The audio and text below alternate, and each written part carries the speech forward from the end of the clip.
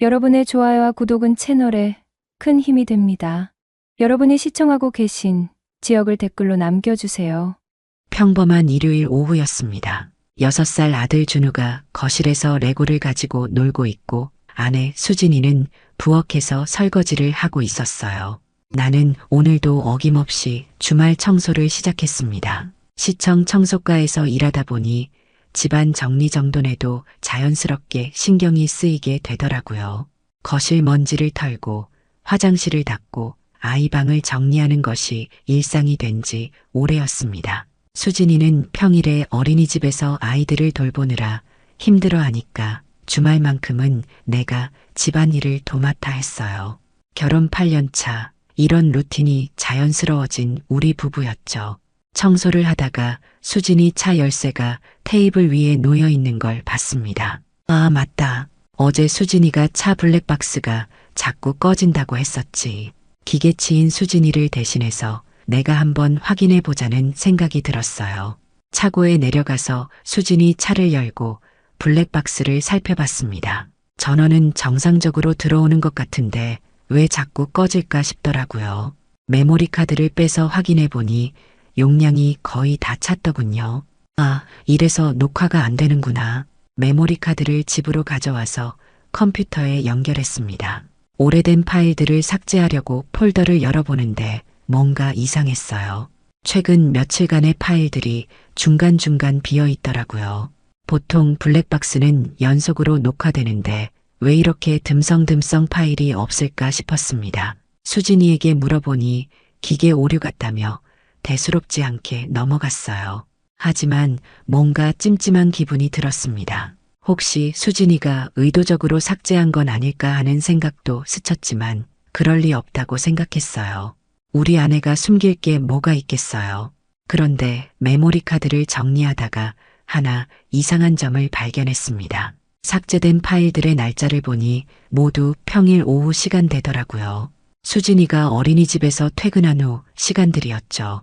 왜 하필 그 시간대 파일들만 없어진 걸까 의문이 생겼습니다. 컴퓨터 작업을 하는 동안 준우가 다가와서 말했어요. 아빠, 엄마 차에서 이상한 소리 났어. 이상한 소리? 무슨 소리?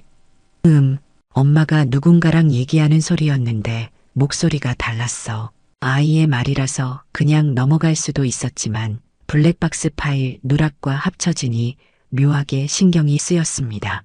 혹시 수진이가 누군가와 전화 통화를 하다가 실수로 블랙박스를 껐나 싶기도 했어요. 하지만 수진이는 기계를 잘 모르는 사람인데 블랙박스를 의도적으로 끄고 켤 줄 알까 의문이었습니다. 저녁 식사 시간에 수진이에게 슬쩍 물어봤어요. 여보, 차에서 전화 통화 많이 해? 응, 별로 안 해. 왜? 블랙박스 확인하다가 궁금해서. 혹시 통화하다가 실수로 전원 건드린 적 있어? 수진이는 고개를 저었습니다. 나는 그런 거 잘 모르잖아. 그냥 기계 문제 같은데? 수진이의 반응은 자연스러웠어요. 하지만 뭔가 석연치 않은 기분이 계속 남아 있었습니다. 그날 밤 잠자리에 들면서도 계속 생각이 났어요. 블랙박스 파일이 없어진 시간대, 준우가 들었다는 이상한 소리, 그리고 수진이의 덤덤한 반응까지. 모든 게 우연의 일치일 수도 있지만 왜 이렇게 신경이 쓰일까요? 혹시 내가 너무 예민하게 생각하는 건 아닐까 싶기도 했습니다. 결혼 8년 동안 수진이를 믿고 살아왔는데 갑자기 의심하는 내 자신이 한심하게 느껴졌어요. 하지만 마음 한구석에서는 계속 뭔가 이상하다는 느낌이 사라지지 않았습니다. 다음 날 월요일 수진이가 어린이집에 출근하고 준우가 학교에 간 후에 나는 혼자 집에 남았습니다. 오늘은 시청 업무가 늦은 시간의 시작이어서 오전에 시간적 여유가 있었어요. 어제부터 계속 신경 쓰였던 블랙박스 메모리 카드를 다시 한번 자세히 살펴보기로 했습니다. 컴퓨터에 메모리 카드를 연결하고 데이터 복구 프로그램을 실행했어요.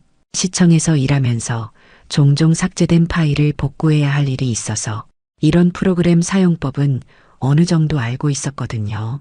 프로그램이 삭제된 파일들을 스캔하기 시작했는데 생각보다 많은 파일이 복구 가능한 상태로 나왔습니다.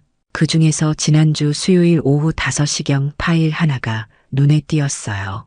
파일 크기도 다른 것들보다 컸고 녹화 시간도 일반적인 주행 영상보다 길었습니다. 호기심에 그 파일을 복구해서 재생해 봤는데 처음엔 평범한 주행 영상이었어요. 수진이가 어린이집에서 나와서 차에 타고 어디론가 이동하는 모습이었습니다. 그런데 10분 정도 지나서 차가 한적한 외곽 주차장에 멈췄어요. 그때까지만 해도 별 이상한 점을 느끼지 못했습니다. 어디 잠깐 들렀나 보다 생각했거든요. 그런데 갑자기 조수석 문이 열리면서 낯선 남자가 타는 게 보였습니다. 순간 심장이 빨라졌어요. 수진이가 누군가를 태우고 있다는 것 자체가 이상했거든요. 수진이는 평소 가족 외에는 차에 태우는 일이 거의 없는 사람이었으니까요. 영상을 계속 보니 두 사람이 뭔가 대화를 나누고 있었어요. 블랙박스 마이크가 차 내부 소리도 녹음하는 모델이어서 대화 내용이 어느 정도 들렸습니다. 처음엔 그냥 일상적인 대화 같았어요. 오늘 하루 어땠어? 힘들었어. 아이들이 말을 안 들어서. 하지만 대화가 계속될수록 분위기가 이상해졌습니다. 보고 싶었어? 나도. 이렇게 만나는 게 쉽지 않네. 이건 명백히 연인 사이의 대화였어요. 내 손이 떨리기 시작했습니다. 화면을 보니 두 사람이 점점 가까워지고 있었고 급기야 포옹을 하더니 키스까지 하는 모습이 보였어요. 그 순간 머리가 하얘졌습니다. 내 아내가 8년 동안 함께 살아온 수진이가 다른 남자와 그런 모습을 보이다니. 하지만 더 충격적인 건 그 다음이었어요. 두 사람의 행동이 점점 더 노골적이 되어갔고 급기야 차가 흔들리기 시작했습니다. 블랙박스에 녹음된 소리로 봐서는 명백히 성적인 관계를 맺고 있는 상황이었어요. 나는 그 영상을 끝까지 볼 수 없었습니다. 컴퓨터를 끄고 한참 동안 멍하니 앉아 있었어요. 믿을 수 없었습니다. 수진이가 이런 일을 할 줄은 꿈에도 몰랐거든요. 우리 부부 관계가 특별히 나쁘지도 않았고 큰 문제가 있다고 생각한 적도 없었는데 마음이 복잡해졌습니다. 분노와 배신감 그리고 허탈함이 동시에 밀려왔어요. 어떻게 해야 할지 모르겠더라고요. 당장 수진이에게 따져 물어보고 싶었지만 확실한 증거를 더 모아야 한다는 생각도 들었습니다. 혹시 이게 일회성 실수일 수도 있잖아요. 하지만 마음 한편으로는 이미 알고 있었습니다. 이게 처음이 아닐 거라는 걸 말이에요. 그날 저녁 수진이가 퇴근해서 돌아왔을 때 나는 최대한 평상시와 같이 행동하려고 노력했습니다. 하지만 마음이 편할 리 없었어요. 수진이를 바라볼 때마다 오늘 본 그 영상이 떠올랐거든요. 오늘 일 어땠어? 평소처럼 물어봤지만 목소리가 어색하게 나왔습니다. 응, 그냥 그랬어. 아이들이 좀 말썽을 피워서 힘들었지만 수진이의 대답도 평소와 다르지 않았어요. 하지만 이제는 모든 게 의심스럽게 보였습니다. 정말 어린이집에서만 있었을까? 아니면 그 남자와 만났을까? 며칠 동안 수진이를 유심히 관찰해 보니 평소와 다른 점들이 눈에 띄기 시작했습니다. 가장 먼저 눈에 띈 건 속옷이었어요. 수진이는 평소 실용적인 면 속옷을 주로 입었는데 최근 들어 레이스가 달린 화려한 속옷들이 늘어났더라고요. 빨래를 하면서 발견한 건데 언제 이런 걸 샀나 싶을 정도로 고급스러운 것들이었습니다. 새 속옷 샀네? 넌지시 물어봤더니 응, 온라인에서 세일해서 몇 개 샀어라고 대답했어요. 하지만 가격표를 보니 전혀 세일 가격이 아니었습니다. 화장품도 달라졌어요. 평소 저렴한 화장품만 쓰던 수진이가 갑자기 백화점 브랜드 제품들을 쓰기 시작했습니다. 향수도 새로 생겼더라고요.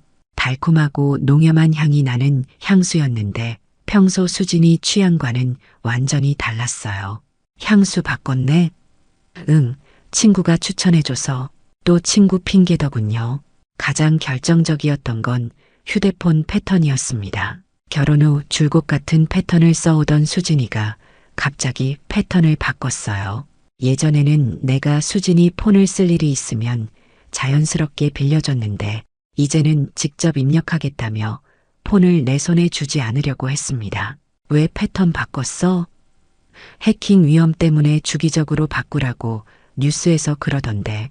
그럴듯한 핑계였지만 수진이가 평소 보안에 그렇게 관심이 있던 사람은 아니었거든요. 퇴근 시간도 불규칙해졌습니다. 평소 6시 반이면 어김없이 집에 도착하던 수진이가 7시, 8시에 들어오는 날이 잦아졌어요. 왜 늦었어? 물어보면 회식이 있었어. 또는 업무가 많아서라고 답했습니다. 하지만 어린이집 교사들이 그렇게 자주 회식을 할까 싶었어요. 더 이상한 건 가방이었습니다. 수진이 가방에서 낯선 영수증들이 나왔어요. 커피숍 영수증인데 아메리카노 2잔이 찍혀 있더라고요. 수진이는 커피를 잘 안 마시는 사람인데 2잔씩 사는 이유가 뭘까 의심스러웠습니다. 그리고 가방에서 작은 메모지도 발견했어요.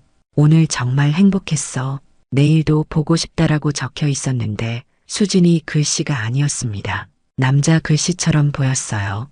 이 모든 변화들이 우연일 수는 없었습니다. 분명히 수진이에게 다른 남자가 있다는 확신이 들었어요. 하지만 아직 확실한 증거가 부족했습니다. 블랙박스 영상 하나만으로는 일회성 실수로 넘어갈 수도 있었거든요.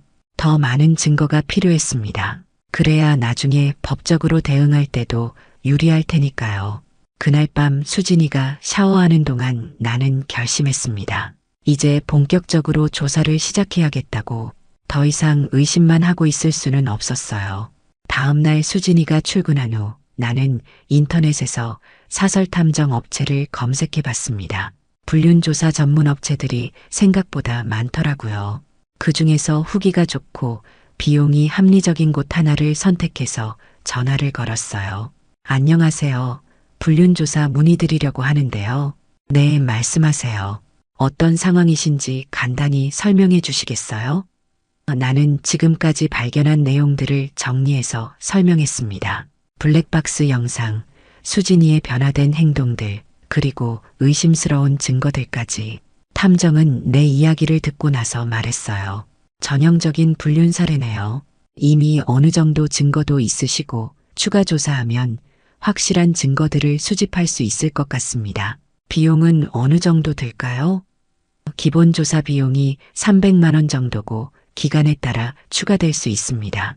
보통 2주에서 한 달 정도면 충분한 증거가 나와요. 적지 않은 돈이었지만 이미 결심한 일이었습니다. 시작해 주세요. 계약을 체결하고 나서 탐정은 조사 방법에 대해 설명해 줬어요. 부인의 일상 동선을 추적하고 만나는 사람들을 확인할 겁니다. 그리고 가능하면 만남의 증거도 확보하려고 해요. 제가 할 수 있는 일도 있을까요? 네, 집에서 관찰할 수 있는 것들을 계속 기록해 주시면 도움이 됩니다. 그리고 혹시 가능하시면 차량의 위치 추적기 설치도 고려해 보세요. 탐정의 조언에 따라 나는 온라인에서 초소형 위치 추적기를 주문했습니다. 그리고 휴대용 녹음기와 소형 캠코더도 함께 구입했어요. 이 모든 게 합법적인 범위 내에서 진행되어야 한다는 탐정의 조언도 잊지 않았습니다. 위치 추적기가 도착한 후 나는 수진이 차 밑바닥에 조심스럽게 설치했어요. 자석으로 붙이는 타입이어서 설치는 어렵지 않았습니다. 이제 수진이가 어디로 가는지 실시간으로 확인할 수 있게 됐어요.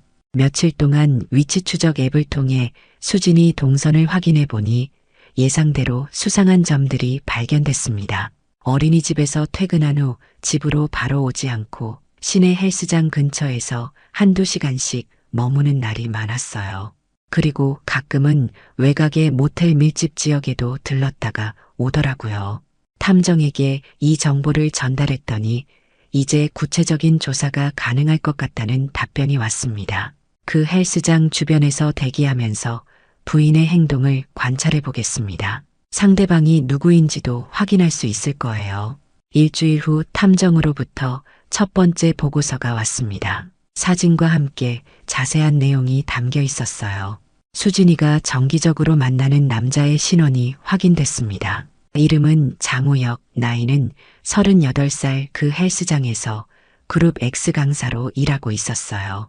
미혼이고 이전에는 유도 강사였다가 최근에 헬스장으로 직장을 옮겼다고 했습니다. 사진을 보니 키가 크고 건장한 체격의 남자였어요. 수진이 취향에 맞는 외모더라고요.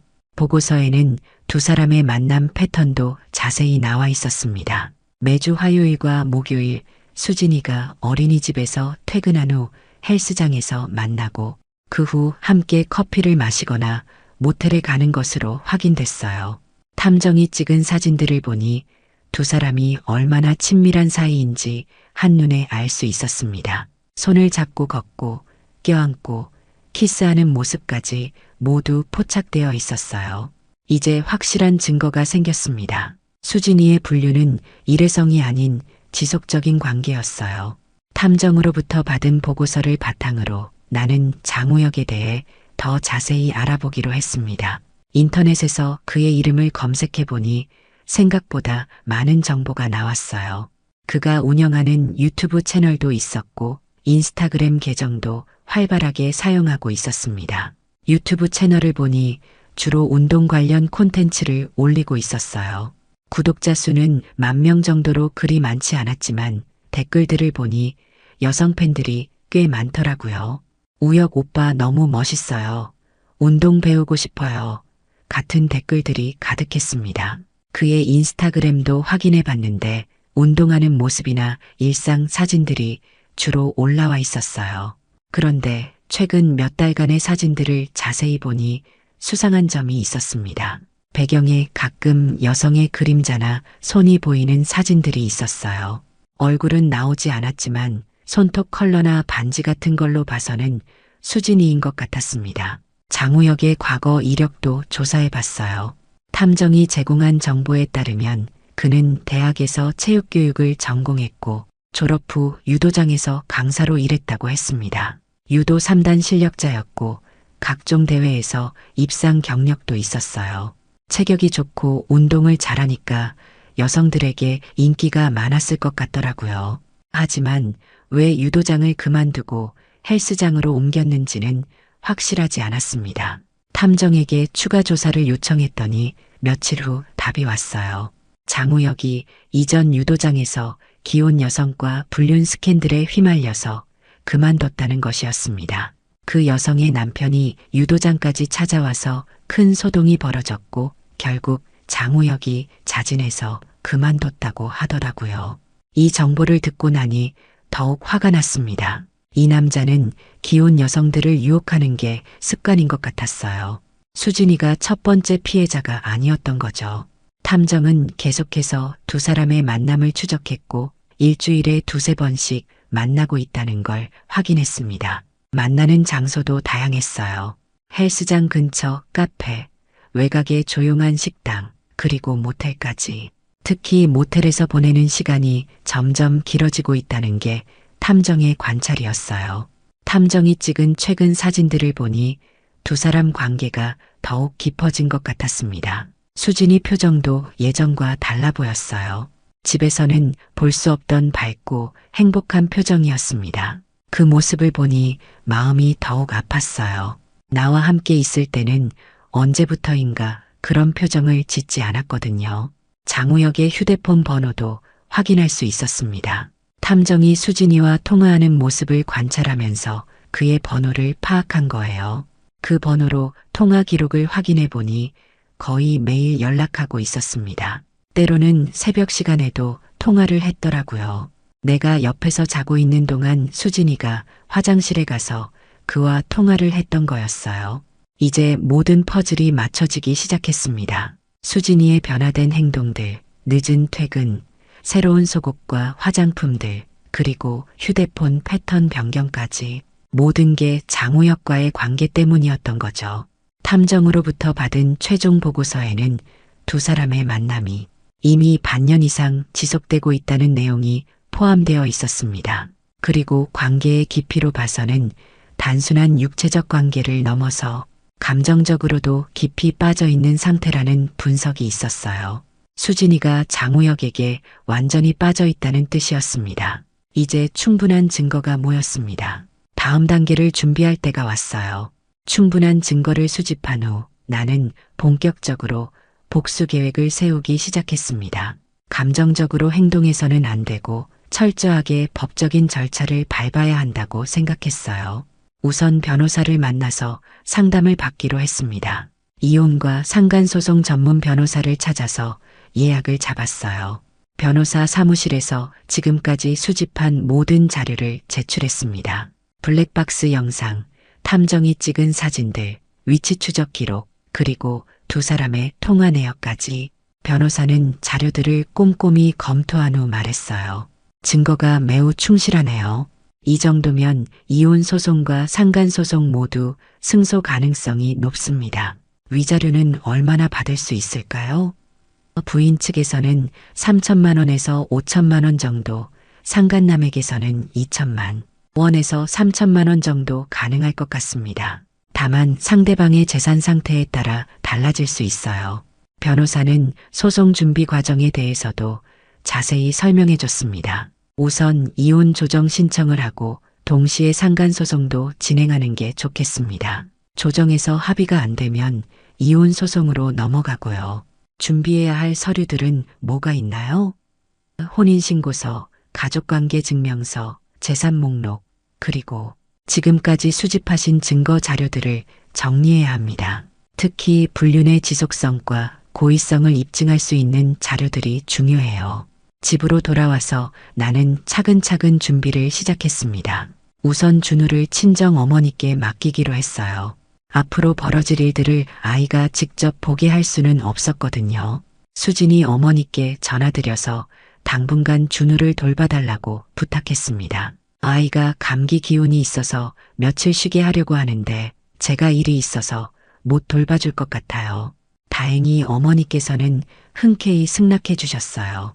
준우를 친정에 보낸 후 나는 집에서 모든 증거 자료들을 정리했습니다. 시간 순으로 정리하고 각각의 사진과 영상에 설명을 붙였어요. 법정에서 제출할 때 이해하기 쉽도록 말이죠. 특히 블랙박스 영상은 핵심 증거였기 때문에 여러 개의 백업을 만들어 놨습니다. 가계부도 다시 정리했어요. 최근 몇 달간 수진이가 카드로 결제한 내역들을 보니 의심스러운 지출이 많았습니다. 고급 화장품, 속옷, 향수, 그리고 모텔 비용까지. 이 모든 게 장우혁과의 만남을 위한 지출이었던 거죠. 변호사가 요청한 재산 목록도 작성했습니다.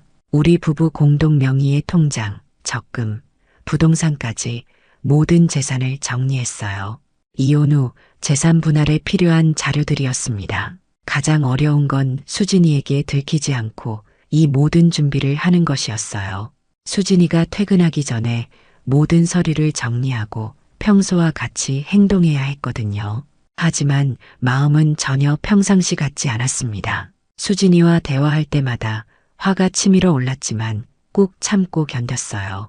한편으로는 수진이가 여전히 아무 일 없다는 듯이 행동하는 모습이 더욱 화나게 했습니다. 집에서는 평범한 아내이자 어머니 역할을 하면서 밖에서는 다른 남자와 불륜을 저지르고 있었던 거잖아요. 그런 이중적인 모습이 정말 역겨웠습니다. 변호사와 두 번째 상담을 할 때 소송 일정에 대해 구체적으로 논의했어요. 다음 주에 이혼 조정 신청을 하고 동시에 상간남에 대한 손해배상 청구도 접수하겠습니다. 부인에게는 언제 알릴 건가요? 조정 신청서가 접수되면 법원에서 통지서가 나갑니다. 그때 알게 되겠죠. 드디어 결전의 날이 다가오고 있었습니다. 이혼 조정 신청서와 상간소송 서류를 법원에 제출한 지 일주일 후 수진이에게 법원 통지서가 도착했습니다. 그날 저녁 수진이가 퇴근해서 우편물을 확인하는 순간 얼굴이 하얗게 변하는 걸 봤어요. 이게 뭐야? 수진이가 떨리는 목소리로 물었습니다. 보면 알잖아. 이혼 조정 신청서야. 갑자기 왜 이런 일을? 나는 침착하게 준비해둔 자료들을 테이블 위에 펼쳐놨습니다. 블랙박스 영상을 담은 USB, 탐정이 찍은 사진들, 그리고 위치 추적 기록까지. 장우혁이라는 이름 나 찍지? 수진이 얼굴이 더욱 창백해졌어요. 어떻게 알았냐고? 내가 블랙박스 파일을 삭제했다고 생각했겠지만 복구 프로그램으로 다 복원했어. 그리고 사설 탐정도 고용해서 너희 만남을 다 추적했고 수진이는 한동안 말을 못하고 있었습니다. 그러더니 갑자기 무릎을 꿇고 사과하기 시작했어요. 미안해. 정말 미안해. 내가 잘못했어. 용서해줘. 용서? 지금까지 나를 속이고 다른 남자와 바람 피운 걸 용서하라고? 한순간의 실수였어. 정말 후회하고 있어. 한순간의 실수? 반년 넘게 지속된 게 한순간의 실수야. 나는 사진들을 하나씩 수진이 앞에 놓으며 말했어요. 이것도 실수고, 이것도 실수고, 모텔에서 찍힌 이 사진도 실수야. 수진이는 더 이상 변명할 말이 없었나 봅니다. 그냥 울기만 했어요. 하지만 나는 더 이상 수진이의 눈물에 속지 않기로 결심했습니다. 준우는 어디 있어? 친정에 보냈어. 이런 모습 보여줄 수 없잖아. 내가 잘못했어. 다시 시작하자. 제발, 다시 시작? 너는 장우혁과 다시 시작하면 돼. 며칠 후 첫 번째 조정 기일이 있었습니다. 수진이는 변호사를 선임해서 나왔더라고요. 조정실에서 조정위원이 양측의 주장을 들었습니다. 수진이 측에서는 일시적인 실수였고 남편의 가정 소홀이 원인이라고 주장했어요. 하지만 내가 제출한 증거 자료들 앞에서는 그런 주장이 설득력이 없었습니다. 조정위원도 이 정도 증거라면 이혼 사유가 명백하다고 판단했어요. 수진이 측에서는 위자료를 최대한 줄이려고 했지만 조정은 결렬됐습니다. 결국 본격적인 이혼 소송으로 넘어가게 됐어요. 한편 장우혁에 대한 상간소송도 동시에 진행됐습니다. 장우혁은 처음에는 단순한 연인 관계라고 주장했지만 수진이가 기혼자라는 걸 알고 있었다는 증거들이 나오면서 변명의 여지가 없어졌어요. 탐정이 녹음한 대화 내용 중에 장우혁이 남편 몰래 만나는 게 스릴 있다고 말한 부분도 있었거든요. 소송 과정에서 더 많은 사실들이 밝혀졌습니다. 장우혁이 수진이에게 선물한 목걸이나 반지도 있었고 둘이 함께 여행을 다녀온 기록도 발견됐어요. 수진이는 내게 어린이집 연수라고 거짓말을 했던 거였습니다. 판사는 증거들을 검토한 후 명확한 판결을 내렸습니다. 이혼 인용, 수진이는 위자료 3천만 원, 장우혁은 정신적 피해에 대한 배상금 2천만 원을 지급하라는 것이었어요. 그리고 준우의 양육권은 나에게 주어졌습니다. 판결문을 받던 날 수진이는 법정에서 울음을 터뜨렸어요. 하지만 나는 더 이상 동정심이 생기지 않았습니다. 자업자득이었으니까요. 법정을 나오면서 변호사가 말했어요. 완벽한 승리였습니다. 이 정도 증거를 준비하신 게 결정적이었어요. 나는 그동안의 고생이 헛되지 않았다는 생각이 들었습니다. 법은 정의로웠어요. 법정에서 승리한 후 나는 새로운 삶을 시작하기 위해 준비를 했습니다. 우선 수진이와 함께 살던 집에서 나와야 했어요. 아픈 기억들이 너무 많이 담긴 곳이었거든요. 준우와 함께 살 수 있는 새로운 곳을 알아보기 시작했습니다. 시청에서 가깝고 준우 학교도 다니기 편한 곳으로 투룸 전셋집을 구했어요. 크지는 않지만 우리 부자가 살기에는 충분했습니다. 수진이는 판결 후 어린이집에서 징계를 받았습니다. 불륜 사실이 알려지면서 학부모들 사이에서 문제가 됐던 거죠. 결국 수진이는 스스로 사직서를 제출했어요. 장우혁도 마찬가지였습니다. 상간소송 결과가 알려지면서 헬스장에서 해고됐고 그가 운영하던 유튜브 채널도 구독자들의 비난 댓글로 가득 차서 결국 폐쇄했습니다. 두 사람 모두 자신들의 행동에 대한 대가를 치르고 있었어요.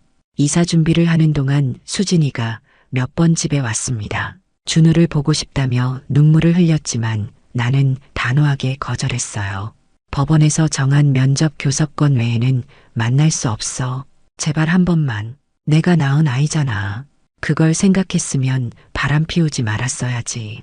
수진이는 한동안 집 앞에 서서 울고 있었지만 나는 문을 열어주지 않았습니다. 준우에게는 엄마와 아빠가 이혼하게 됐다고 조심스럽게 설명했어요. 아직 어린아이라서 정확히 이해하지는 못했지만 앞으로 아빠와 함께 살게 된다는 건 받아들였습니다. 엄마는 언제 와? 엄마는 새로운 곳에서 살게 됐어. 우리도 새 집에서 살 거야. 준우는 더 이상 묻지 않았어요. 아이 나름대로 무언가 느끼는 게 있었나 봅니다. 새 집으로 이사한 첫날 밤, 나는 준우와 함께 저녁을 먹으면서 생각했습니다. 이제 정말 새로운 시작이구나. 그동안 겪었던 모든 고통과 분노, 배신감이 조금씩 정리되는 기분이었어요. 물론 상처가 완전히 치유된 건 아니었지만 적어도 정의는 실현됐다는 만족감이 있었습니다. 며칠 후 수진이로부터 문자가 왔어요. 정말 미안하다. 준우 잘 부탁한다. 위자료는 분할해서 보내겠다. 나는 답장하지 않았습니다. 더 이상 할 말이 없었거든요. 장우혁으로부터도 배상금이 들어왔어요. 그 돈으로 준우 교육비를 따로 마련해뒀습니다. 그들이 저지른 잘못으로 인한 돈이니 준우의 미래를 위해 쓰는 게 맞다고 생각했어요. 주말에 준우와 함께 근처 공원에 나갔습니다. 아이는 자전거를 타고 싶어 했지만 아직 보조바퀴 없이는 탈 줄 몰랐어요. 아빠가 도와줄게. 나는 준우 자전거 뒤를 잡고 함께 뛰었습니다. 준우가 넘어지지 않도록 받쳐주면서 말이죠. 아빠, 나 혼자 할 수 있어. 아직 아니야. 조금 더 연습해야 해. 아이의 웃음소리를 들으며 나는 다짐했습니다. 더는 누구한테도 속지 않을 거야. 이 아이만은 지켜낼 거야. 수진이처럼 나를 배신하고 속이는 사람은 두 번 다시 내 인생에 들여놓지 않을 거야. 준우가 자전거를 타는 모습을 보면서 나는 미소를 지었습니다. 우리 부자의 새로운 시작이었어요. 비록 쓰라린 경험을 했지만 그 덕분에 더 강해질 수 있었습니다. 그리고 무엇보다 중요한 건 내가 포기하지 않고 끝까지 싸워서 정의를 실현했다는 것이었어요. 앞으로의 인생은 준우와 함께 하나씩 차근차근 만들어 나갈 겁니다. 더 이상 누구에게도 속지 않으면서 말이죠. 이야기가 재미있으셨나요? 좋아요와 구독으로 응원해 주시면 더 많은 감동적인 이야기로 찾아뵙겠습니다. 여러분의 작은 관심이 저에게는 큰 힘이 됩니다. 감사합니다.